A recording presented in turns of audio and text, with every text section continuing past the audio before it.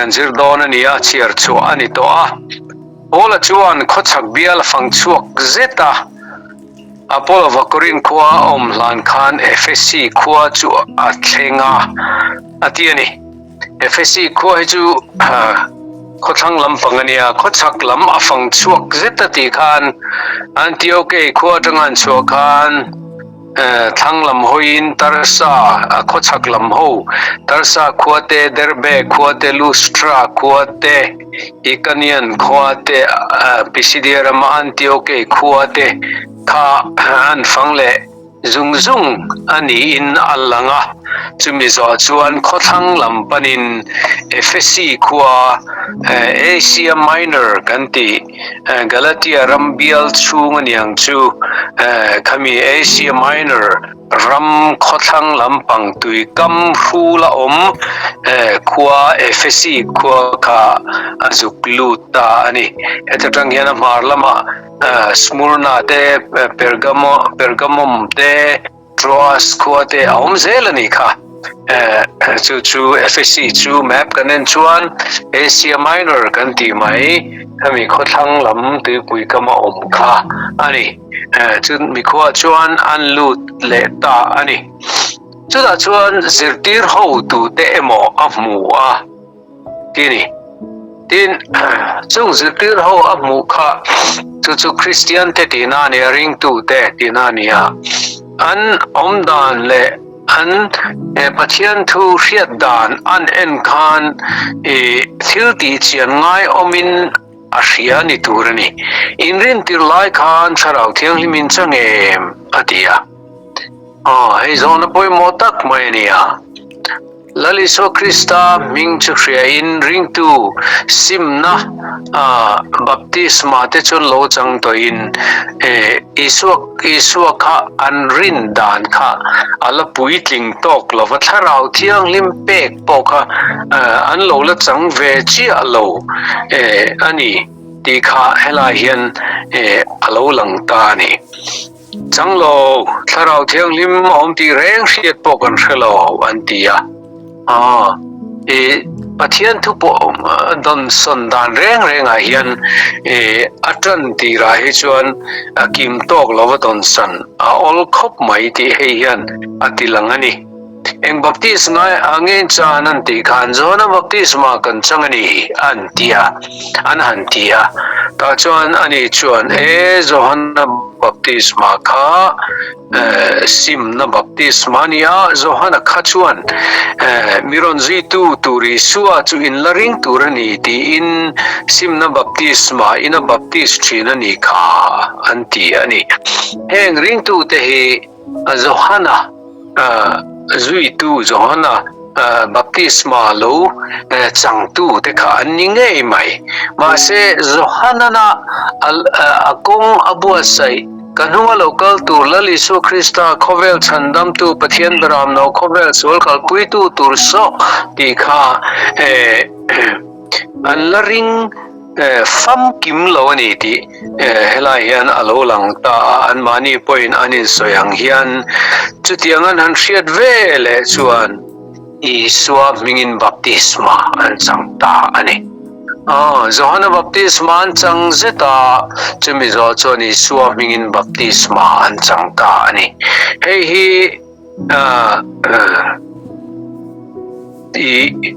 helai mun chia hi baptisma channon thu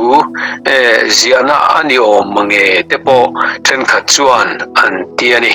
heta hian Isua minga baptisma an chan hian tuin nge chantir Tirhkohte hian hundanga asoya ke chuan ka baptis lo ti te po asoya baptisma chantir chumi tlem te pani khat emolek ui hum lek ti taila ni zo kang chu ni omin asoina mun then khat oma chu wain hata hian baptisma changa te to pa hianin patling sawm le pani lai an nia an za chuan ti kha asoi boka chu Tirhkohte hi chuan achan tir chia lo ani mai thei ama zui tu te zinga mi athian te khan an baptis niin ngai ani amaro chu tharau thiang lim an lo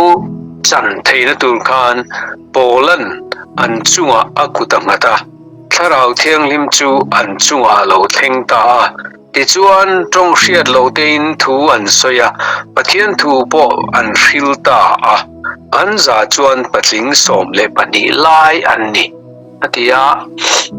patling chau hi hemi patling sawm le pani te chau hi nge an ni baptisma chang thale hi swaminga baptisma chang ta hi chang song song kha patling sawm pani chau hi an ni ti na nge patling ba ka hian nutling te puitling dang te po nula tlang wal te po an omem ti te kha chu suang tu na mai lo chuan a soi chian thei to lo bible a in riak chin hi chu patling sawm le pani lai an ni ti ni ole heng lai vel han chiar hian thil pakhat Tirhkohte Thiltih bu kan zir laia kan hriat reng tur chu Tirhkohte Thiltih bua hianin thil lo thleng kha a soi fia ani maya thil lo thleng kha a soi fia thil nakin nuwa ti dan zel tur formula emokal phung emokha azam ani hran lo ti hi kan hriat apoi mokhop maya chumom je chu heta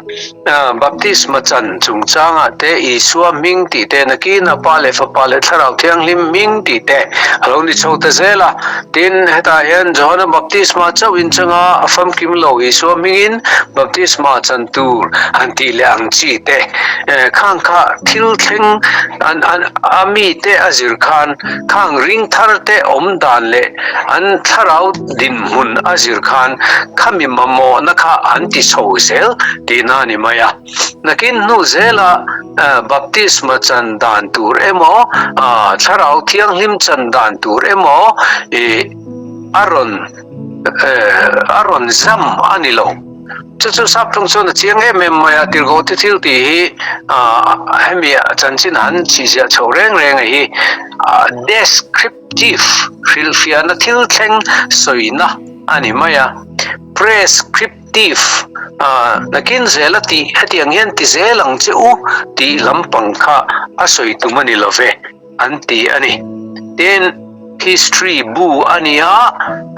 thil in thak lai ania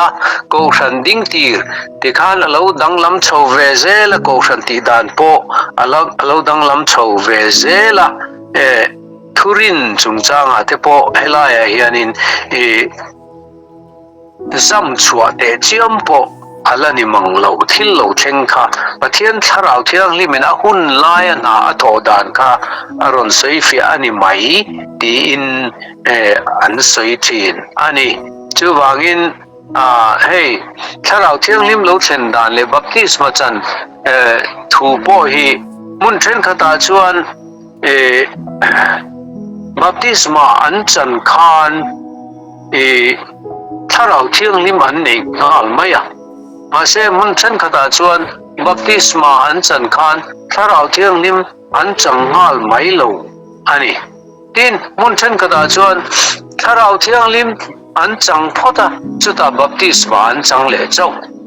chumi kan soyom zia chu Tirhkohte Thiltih hi history bu ania ko khan ring thar ring tu te an lo pun chho zela anom dan chowa thil kal chho dan kha asoi ani ko khan alo in form mu mala alo in din mu mala thil kal zel dan tur etiang thap hian ani turani dina ani lo ti kha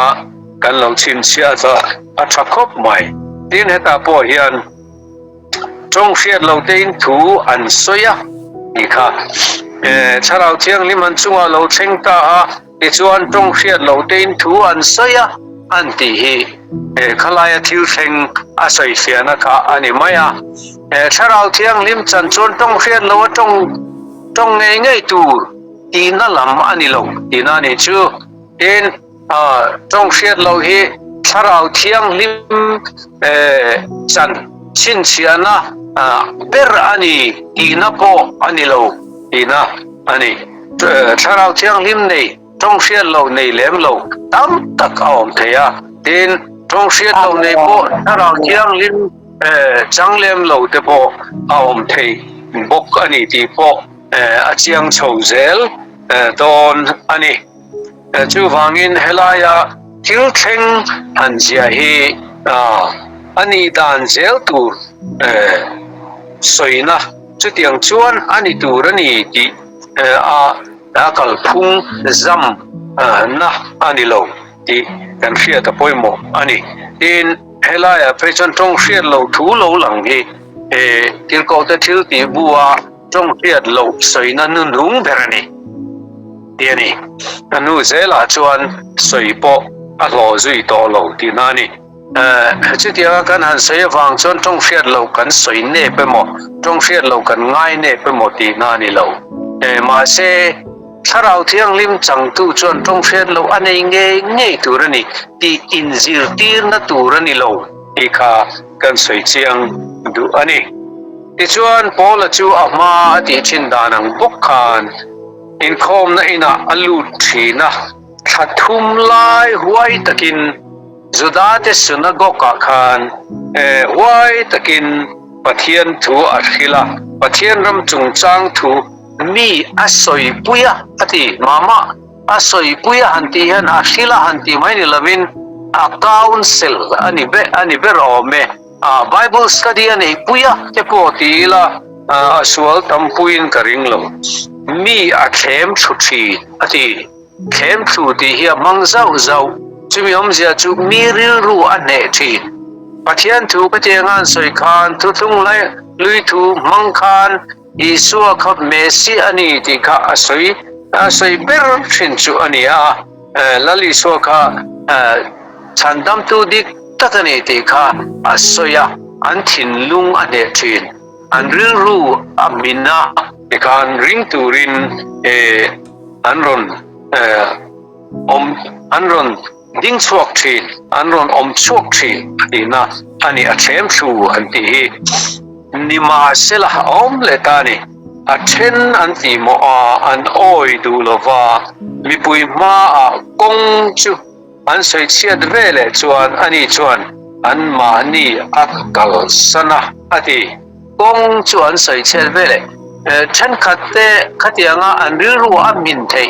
an thinlung a min thei a Iso Krista ring tura asiam thei lai khan then khatero chu an lu an ring ve du tatlo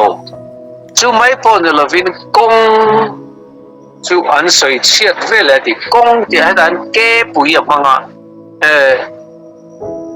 Iso zui tu te omdan kha kong ti soi ani thin ani chumi thu chu an soi chia chumi ni vele tirko polan in akal sanani ama point a local san to ka nangni in oi du lo chuan gentel telama kan hoyang I soina mun te po anei to ka ti chuan anni chu akal san ati tin zirtir ho te chu akai hranga katinga ring du tat lo te ne na ho reng kha ati lova isuan akai hranga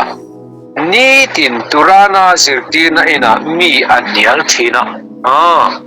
nitin turana zirtina ina turana zirtin hi hall angene sikul antidona nichia silo hall jing lama hian boruak dailai hian chun nisat mani lumma hian alumemem thina fesi kwaju chonula ma chuan chuna ne tanga chonula ma darli thengin dar som pakhat vel atang hezona lum to thina ni chuwangin dar som pakhat ma jing dai lama khan he turana hall antia hianin philosophy fin na thu anzirtir thina ni philosopher ten fi nei inan zirtir thin yom takani ti chuan amaro chu chun alonia chun lai alonia chonu darli vel thleng khan khua aluma wang khan khati lai hona ka jon zirtir na kha antingai lo antiani antingai lova chumi hun all chu Tirhkohte hian aron mangrem chang ta ni ani chon midang zirtir tu te an tho pe lo kholum lai huna khan Pathian thu Chanchin Tha Lal Isua thu saitur khan mi te at mial thin ani tiani chu tiang lir chuan kum ni atia ani chuan man po zirtir na man po lovin ati ni nge turani kum ni chung tlong mai ka tiang khan ati thin an Tirhkohte hian Chanchin Tha hril na tur rem chang amu hi azong chara oma piang khan Chanchin Tha hril ani headline an soi pen lok ka du pakhat chu rong ball full time mai tia hun puma rong ball tura chua ka tum lai khan college ka la tho lai khan vice principal ka khom lai khan reverend dr rk ngak lena Pathian mi ani po doctor na kalsana evangelist Tawngtai kha ani khan Chanchin Tha hril atia rong ball na konga ilu tak non chon miron zui ro atia ka zuk zui thin ani India ram marlama hian Chanchin Tha hril na khan rela second class kan chuanga Asia po ni lovin non Asia kan chuanga thang kan zui na naka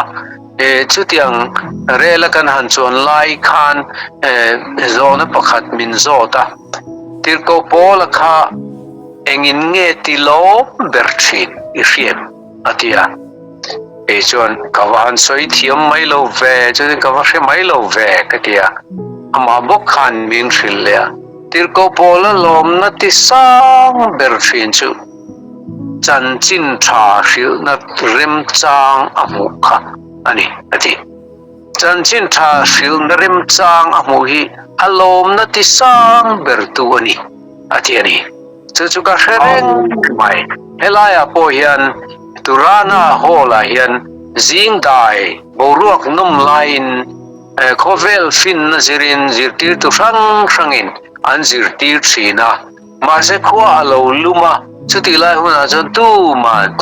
zirtir na an thok pe lo ma se khalai taka khan Tirhkohte chon hemi huna hian kein Chanchin Tha hi kan hril tau teng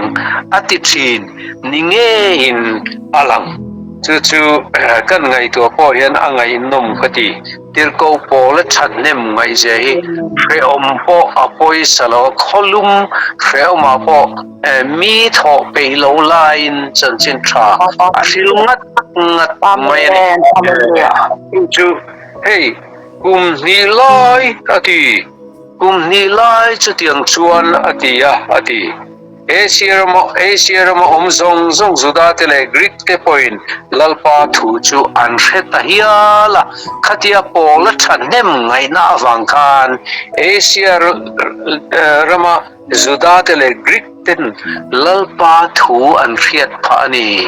pola thanem ngai na evan ro pui takem tan vahan luklo thin om em ti te kain ngai tu ani achang chuan hey thole ni tlai te tuna he tho chan zana kan han tia thole ni tlai le ninga ni tlai rui lo ngai kem ti mayang fitness camp kan nei atang khan he kan lati ve ta charania kan soi tum chu achang chuan a phurom lo chang te om ve ni chagom lo chang te om ni pe sam lo deu chang te khitlang deu chang te buai deu chang te thil poi mo dang tam tak om chang te hianin han ti lowa han om mai chak nahi arun om ve thin ani amar su heng huna hian Tirhkohte chung chang ke ma mi kai hroi tu puma kan min hril kha ka hre fo thi rem chang om phat chat ti ram zel turani ti hi chuan min ti chak thar thin ani mana min hril ni ma se chu min fui tu hian ka manga tin ka soi to in ya high school ka line kan headmaster in ka progress report a lo zia hi ke chon ka vong thata eng harsak na po lo thleng se Pathian rong hi bol masaber fola bol fo se lang che ti hi lo ziak tat mai ni whatever happens at any cost of trouble serve him first and always ti kha lo ziak tat mai ni eng po lo thleng se eng harsak na po eng buai na po ichunga lo thleng se aparong bol masaber fola bol zel fowang cheti kha alo zia ga chumi fui na pani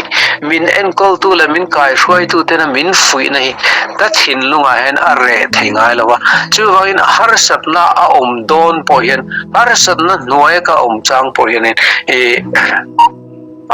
kati thei ve chun mi ten sot puina enge motal an lo nei don chun kati zelang kati zelang ani china ni chu tirko polan helaya turana hola hun ol mi na tho na kar hun ol rem chang la kum ni tlong mai chun kholum laya chanchin tha ril turami te akhom thini awan ro puye mo kati ti chuan chang som pakana chuan pathianin pola kutin thil mang na me na ti tir lova Mizo tong thil mak na me na ti tir lova ti om ja chu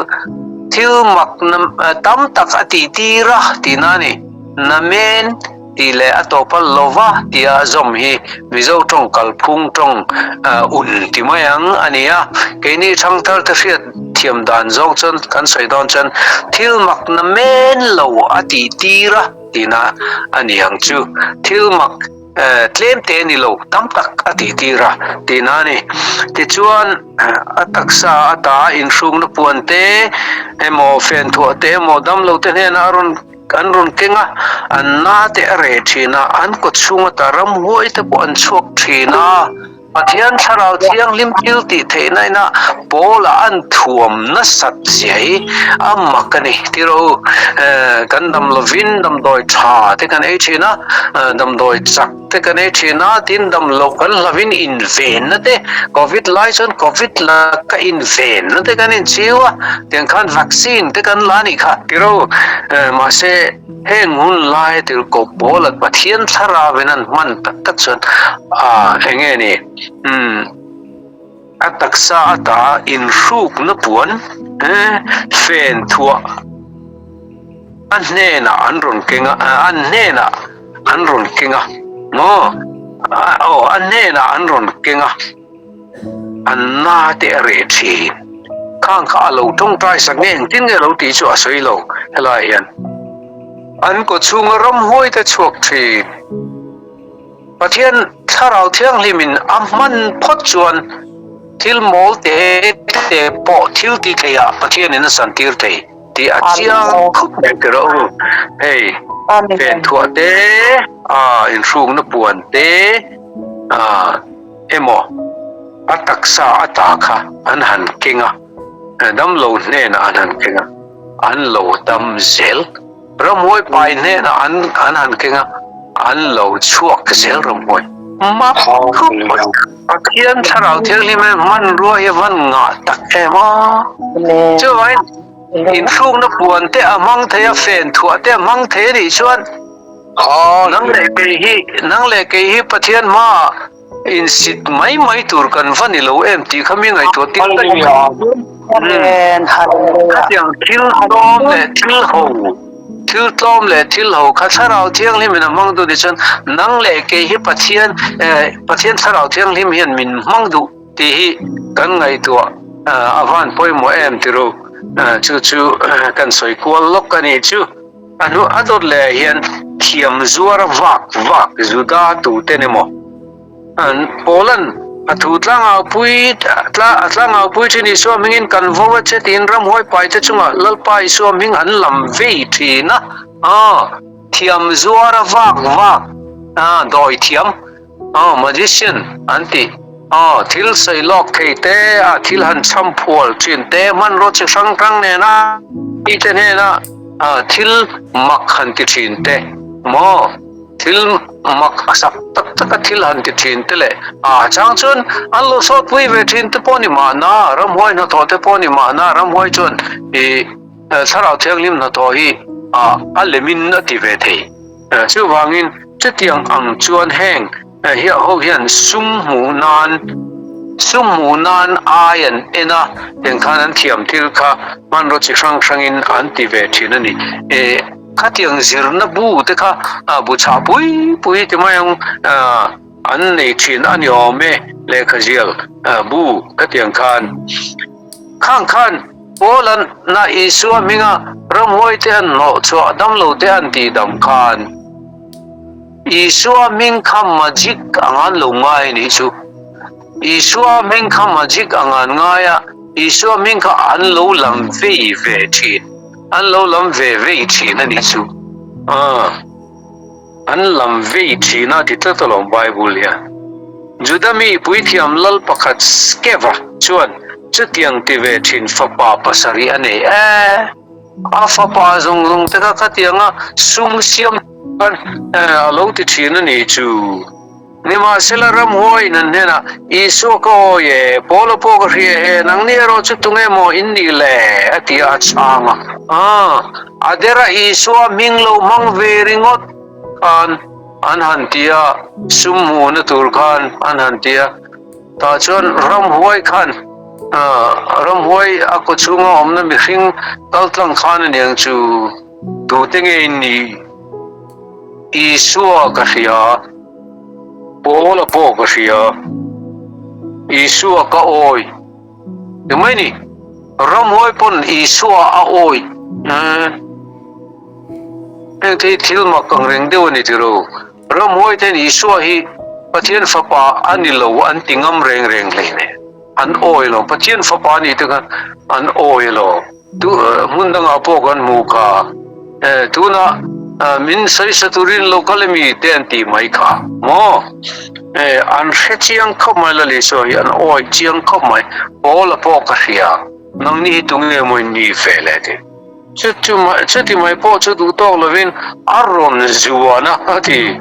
anza chuan an ni pasari khan an ne lo ni chu pakhat kha ram hoi he chak veng reng khop mai mo khati zong kha chuan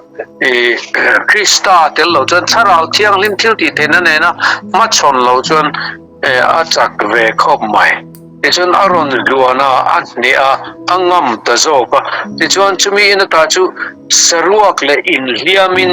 an tlan chuak ta hiala ati skeva fapa pasari te ram hoi mahanan tlom chiang le mai saruak kin chu de an korte po te sakani nge yang saruak an chu sa ne angam ta zo kat mai ni mo chu di chuan FSC khua omzong zuda tele Greek te he na po chu mi thu chu atang lo thei ni le ne mi pakhatin pasari han soi sak te chu khatianga hliam pheng thung chungin saruak an chua thei kha chu makti lo tur ani lo re chanchin kha thang ta hut mai ni chu chuan lau na tharau lau na asiam ta chu ti lai tak chuan Lal Isua ming cho lo lien ta ni Lal Isua ming alle mang tu te ram hoi po ngam lo te khan ataka mang tu tirko polanan mang zui zela Lal Isua ming a lo lien ta ani ati tin ring ho te po chu a then tam tak an lo kala an Thiltih te thupa an choya an inpuang ta kan lo tinik lo man kan tharau chan hello ti rang le nam tin an inpuang ta ni ngei turin thupa an choi ti chuan Thiltih lo eta ring ho te ati Thiltih lo kal san tu te an Thiltih adik lo ni ti ria kal san tu te ti na ani ti chuan doi mang tam tak poin eta thiam zuar kal huwa ti te ka an yang chu doi mang tam tak poin an le khabu te an ron la kho mami zong zong min huwa an hal ta ro puyom chek chek le mai an doi zirna bu zong zong an thiam anin hlan chon doi an thiam na anin hlan chon hei tun ma pon Mizo zinga po kan sa thon huya po doi thiam thil ngani thiam cham anti thiam cham anin lan chong chi minaran nena pon lan chong du manglo an du sakte nena chon lan chong chi katiang khan heng FSC kuami te po hian doi thiam ho chuanin khang an zirna buwang te kha thil lekhabu man to tak an doi bungrua zong zong te po kha aniang chu an hal ta hem mai ni avan ro puyam turu hei tun lai po aseng fo mai kan pastor te hian ton fiat an zia ka an ton fiat an zia ka ton fiat buin buni kan chua to kan pastor pension te hian chu ta po chen he tiang thil hi alo lang nual ani mun chen khata khu mi kho thang lama te ani bi ka nam chen khat jinga chuan doi te an lo la be na sakho maya doi hian lau ema doi su ten tia asu thiam in su lo pe chen an nat pa thi pa don hial te hian an in thri ani chu tiang ang doi thiam te sun la om ring ani kan kho thang lama te pe hi chuan chung ang te Krista an lo ringa Isua an lo ringa pastor ten an zia chuanin an doi bur te an bung bel mang te man ten man ro hang te an hal thi an tiani chung an hal thu te chu pastor ten an min munge an ron hal chin tu so Krista lo rin nuwa an soyani chu tiang chu FSC ko po hian an lo ti dai to ani tin heta an doi thiam na thil le khabu le bungrua an hal hi an na mai lo khop mai aman an chu ta cheng singa ni nan ria cheng singa Bible sap tong le lin then khata chuan millions of dollars anti dollar makta doi tam fe huani anti ani chu ten khatin an thil fia chon le dana chon dollar makta doi hu fe ti hi aum zia zok chu khami an le khabu te le an doi bungrua te kha khami lut na mai ni lovin kha nga tanga hlok na an bu thei chu telina ni an ti ani chu oi om zok khop mai khang khamang zel se mi te an buma poisa an laka an lak zel tur kha chu telin hlok pui tham fe tur thil ani antina ani anti ani ta cheng singa ti hi ke ni tun lai cheng singa ai chon atam fe ang ti ro chungai to thea filfia na then khata chon cheng khathi helaya cheng khathi papa khatina ni khata a lo zat ania antia chim yom ja chu thasinga tina ania thasinga lo tina ngalo nia atam fe ani dikha aria the ni chutianga Pathian tharau thiang lim na tho chak tak maya Tirhkohte la manga an om khan khatiang khop khan an nun lui kha an kalsan ani an kalsan dan hi achiang khom mai William Barclay an asoidana chunin thil an rin dan lui an nun lui kalsan zonga hen an kalsan chiang ber mai FSC mi te hian ki keini nun lui kalsan ve nil nual ang hi an nilo ni ome an nun lui kalsan an hal ral top mai ni an lok na tur nge an eizon na an lok na anin ti hausak na tur ka an chuchat vek ti na ni an nun lui an kalsan chiang khop mai ti Barclay an ro wi chu tiang a pian thar chu ania tharau thiang lim chan result chu ti te po kan ngai to thei ome Chutika vanasa chuan lalpa thu chu adara an ne ta zela tini chuwain helai kan zir chung thupuya po hian chanchin tha in ro pui takin an ne zel ti in thupui po kan ta thiam chu ole chu lo du to le to mayang o lalpan kan zir lai te le kan han soi tak te mal min som sagro se amen.